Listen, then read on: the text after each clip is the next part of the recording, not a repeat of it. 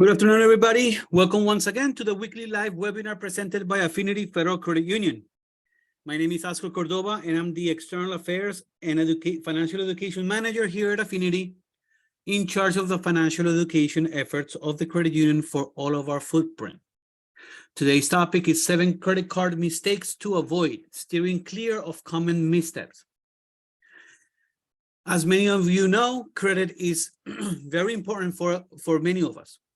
And we want to avoid making some I don't want to say rookie mistakes, but some mistakes that deal with credit cards that some of you may know already because perhaps you have made those mistakes, or perhaps you're here because you want to avoid those mistakes and learn more about how to manage our credit card portfolio and our credit better. Before we begin, a quick disclaimer: the information provided to all of you this afternoon is intended to be for informational purposes only. It's not intended to be legal, tax, or financial advice. If you want to speak with a professional in regards to something that's going on in your life, and you want to have a one-on-one conversation, feel free to reach out, and I'll be more than happy to put you in touch with someone that can have this conversation with you. All of the information provided this afternoon is intended for educational purposes, informational purposes, okay? So let's get started. If you don't take good care of your credit, then your credit won't take good care of you. And this is absolutely true. As many of you know, in order for you to be able to purchase a property or upgrade your vehicle, buy those high ticket items, it will be very difficult for us to be able to achieve buying these items if we were going to do them buying them in cash.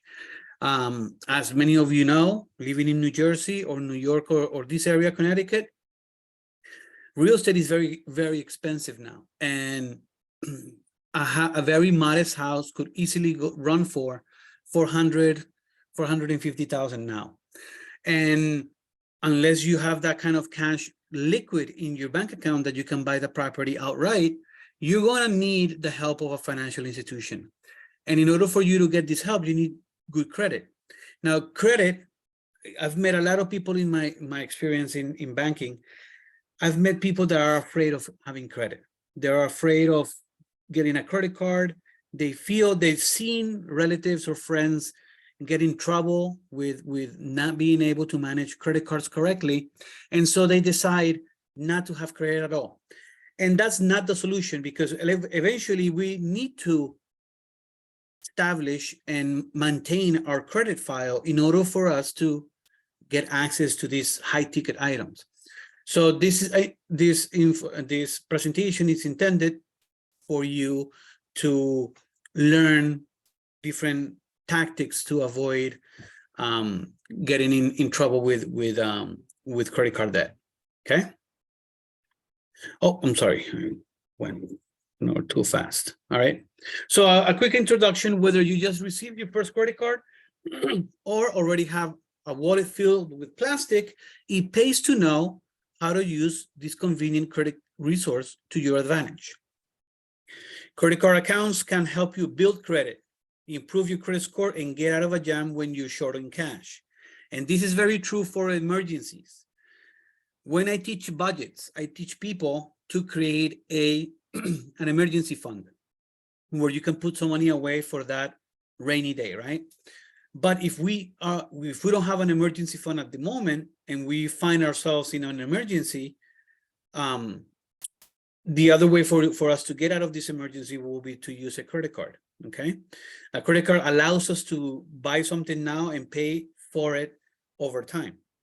But if we're not careful, credit can also become a burden that pretty much gobbles much of your paycheck, lowers your credit score, and sucks enjoyment out of your life while you struggle to pay off a high balance. All right, so let's start with the first credit card mistake: paying late. As you guys know, when you pay late on a credit card, there's late fees involved, right?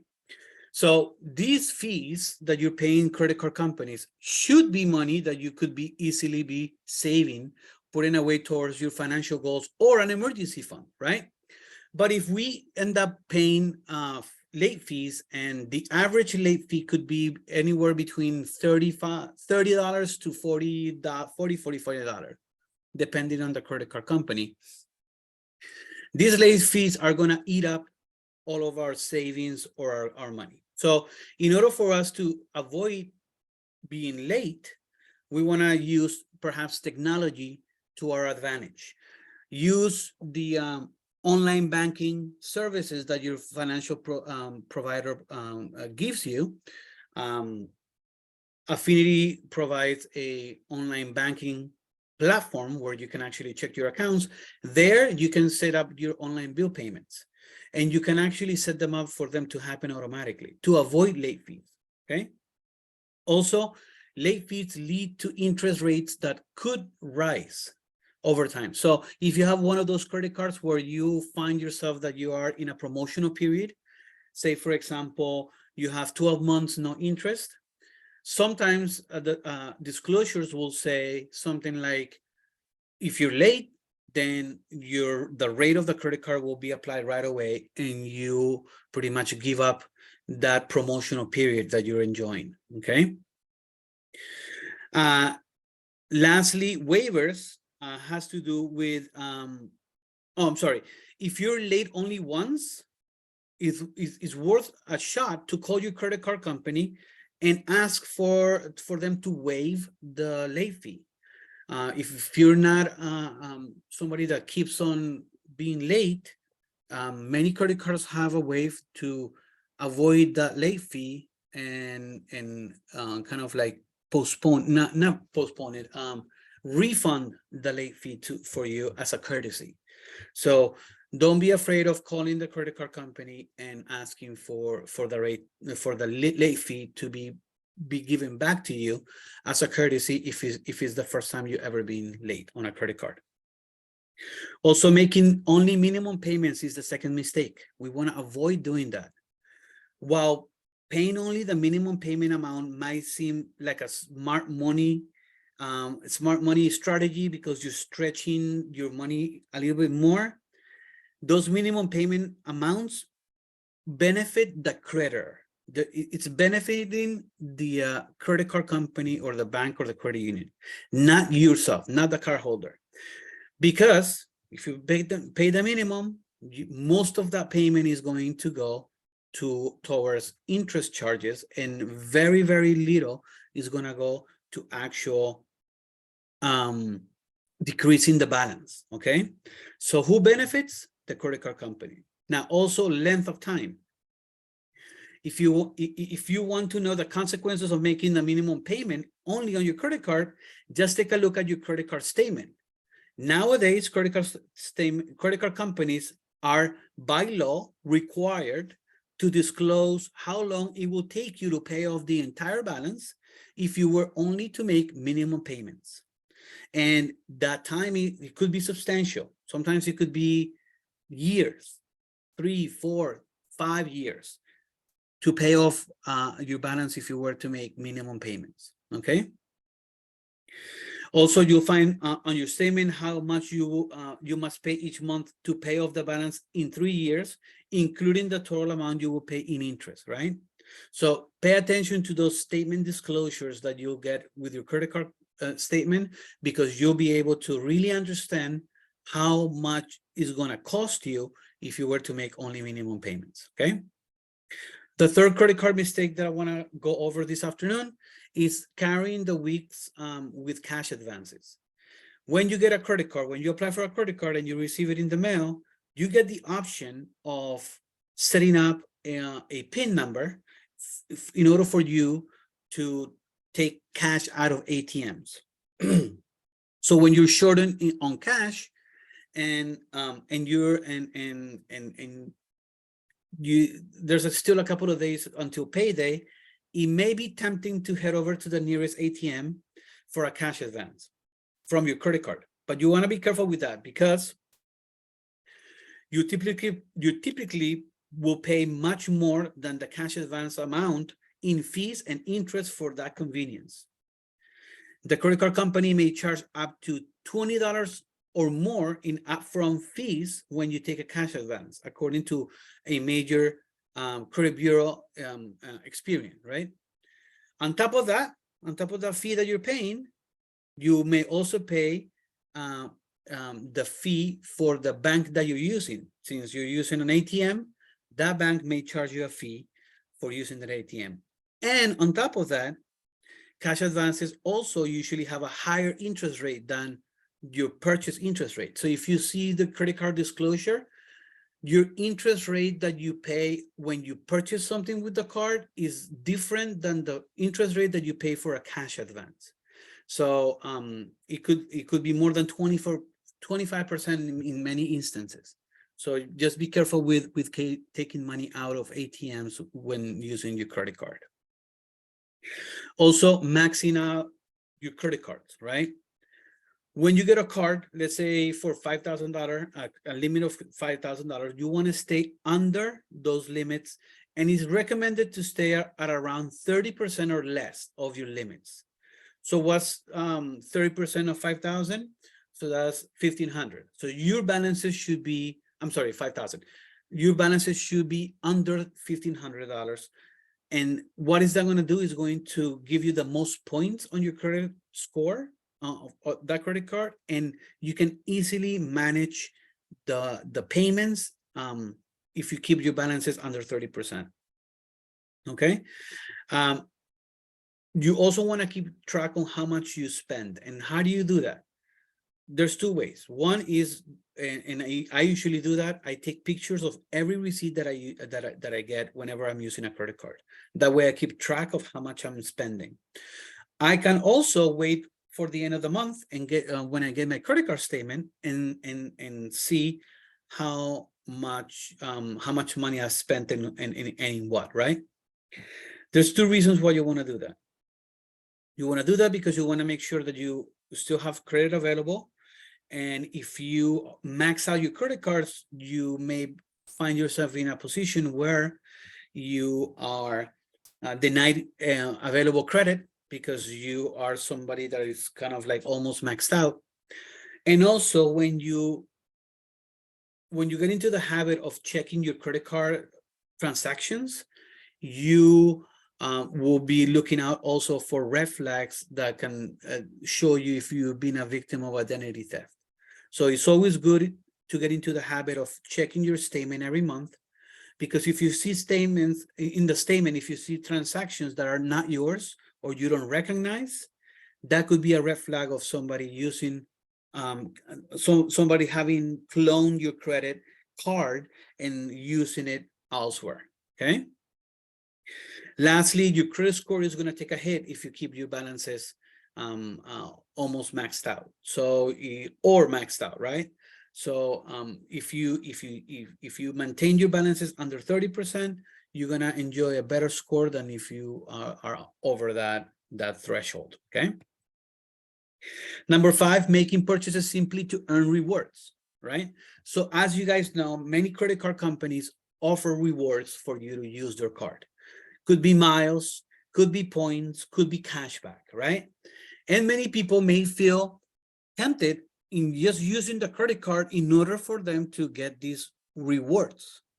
But at the end of the day, remember, when you use a credit card, that is not free money. You need to pay this money back to the bank plus interest.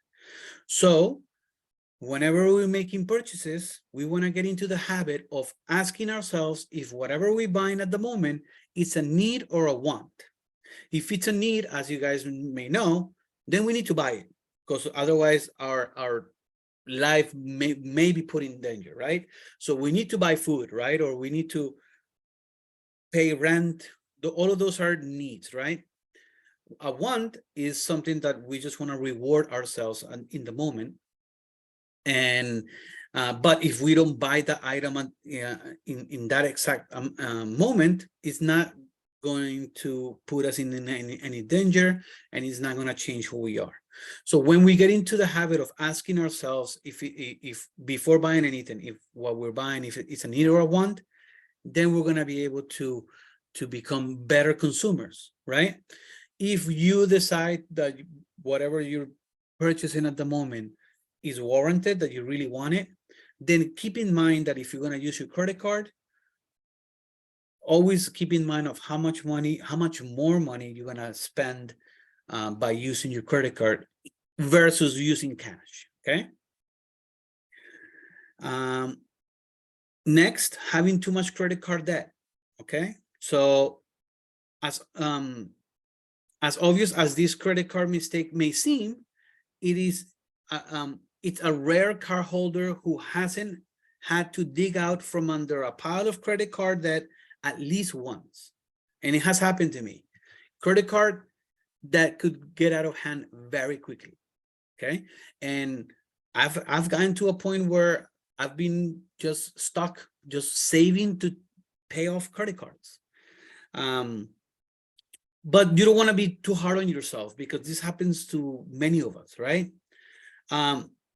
Instead, you want to create a budget to pay off credit cards and seek credit counseling at a non-profit credit counseling agency, so you don't fall into that position again. Now, credit counseling, you guys as members of the credit union, you guys have access to 2 different agencies that Affinity has partnered with that provides their services for free. And these credit counseling agencies have coaches that will actually help you create a budget and put a strategy in order for you to get out of debt. Okay. Lastly, procrastinating on balance transfer amounts. Okay. So it can be a smart move to transfer large balances into high interest credit cards from high interest credit cards into a credit card with 0% APR for 18 months or 12 months. And you guys have seen those offers in the mail. So it could be a smart move, right? And that way you avoid paying interest while hammering away at the principal during the introductory period, and hopefully paying off the balance in full. But there's something that you guys have to be careful with. When you do that, when you transfer a high balance into a credit card that has a promotional period, many people, when they get these cards, 12 months, 18 months, 24 months, 0%, they're kind of lured on the fact that it's 0% for 2 years or a year and a half. They fail to really understand what is going to be their interest rate at the end of the promotional period. And that's something that I highly encourage everybody to do. When you're applying for a credit card that has some kind of promotional period, always read the disclosure and understand what your interest is going to be at the end of this period. Because sometimes this promotional period may end, you may still have a balance on it, and now if you never knew what the rate was going to be, now you could be hit having a credit card at 27%, sometimes 29%. I've seen 25%. Okay. Also, when you transfer money from one card to another, it's very easy to procrastinate on your payoff goal by making only small payments. You know you're not making payments toward interest, so you say, like, you know what, okay, I can breathe a little bit. Let me just send a small payment to this credit card. But soon enough, though, at the end of the intro period, now you have still have a big balance, and now you are going to be paying a high interest rate. So now you find yourself stuck trying to find another credit card so you can transfer that balance that you still have to the new credit card, and here the cycle starts again. So when you transferring a balance to a credit card that has 0%, you want to figure out how much you are going to have to pay every month to pay off the balance within the allotted time. Okay. And once you know how much you're going to have to pay, you want to stick to your payment plan as much as possible. Something to keep in mind, when you do that, there's transfer fees. So that's also disclosed on the credit card disclosure document. So make sure that you know about that, and not just transfer a balance from one card to another without knowing what kind of fees are gonna be involved in the transaction, okay? Very good. So those are the 7 credit card mistakes that I wanted to talk to you guys about this afternoon. This bring the end of my presentation this afternoon. I would like to open up the floor for any questions that you guys may have. If you guys also, while you guys type those questions, you guys can do so using the Q&A option on your panel. While you guys type those questions, just a couple of items. The first one, you guys will receive an email in about half an hour thanking you for attending and the link to be able to rewatch this presentation in case you missed the concept or you want to share it with a family and friends. Also, in this email, you guys will receive a link to register for next week's weekly webinar. And the weekly webinar for next week is going to be on auto buying. So if you guys are interested in purchasing a vehicle or in upgrading your car or buying a new car, I'm going to be going over the differences between leasing a car, between financing a car, what are the pros and what are the cons. So I highly encourage all of you to register for that weekly webinar if interested in buying a vehicle in the near future. Okay, with that said, let me just take a look to see if there's any questions being asked today. I do not see any questions in my panel. So with that said, I want to thank everybody for being here and hope this webinar was informative to all of you. In that follow-up email that I'll be sending, you guys will receive my email address. So if you guys have any questions that you guys thought of after this webinar ends, you're more than welcome to send me an email back and for me to answer your question. And I promise that if I don't know the answer to the question, I will research the answer for you, okay? There is a question that just came through and it reads, any new process on how new presidents score for homes? Don't really understand the question. New process for the new president score for homes. I do not know. Perhaps if you want to just elaborate a little more on that question, I'll be more than happy to answer it. And again, like I said, if I don't know the answer, I'll be more than happy to research the answer for you and get back to you. Yeah. All right, I'll give it another the credit score change for buying home. Okay, so I don't have any updated information on that, and I keep all of these questions for future reference. So what I'll do is I will research the answer for this and get back to the member, Mr. Garcia. I'll be more than happy to get back to you with the answer, okay, via email. Thank you so much, and I apologize for not knowing the answer, but I just don't. But I promise I'll research it for you, okay? All right, very good. Is there, if there's no other questions at the moment, I want to bring this webinar to a close. So I want to thank everybody for attending, and I will be more than happy to host you guys back up on next week's weekly webinar. Okay, thank you everybody, and you guys have a wonderful afternoon. Please be on the lookout for the follow-up email that I'll be sending all of you. Have a wonderful afternoon. Hope to guys see you next week. Have a good one. Bye-bye, everybody.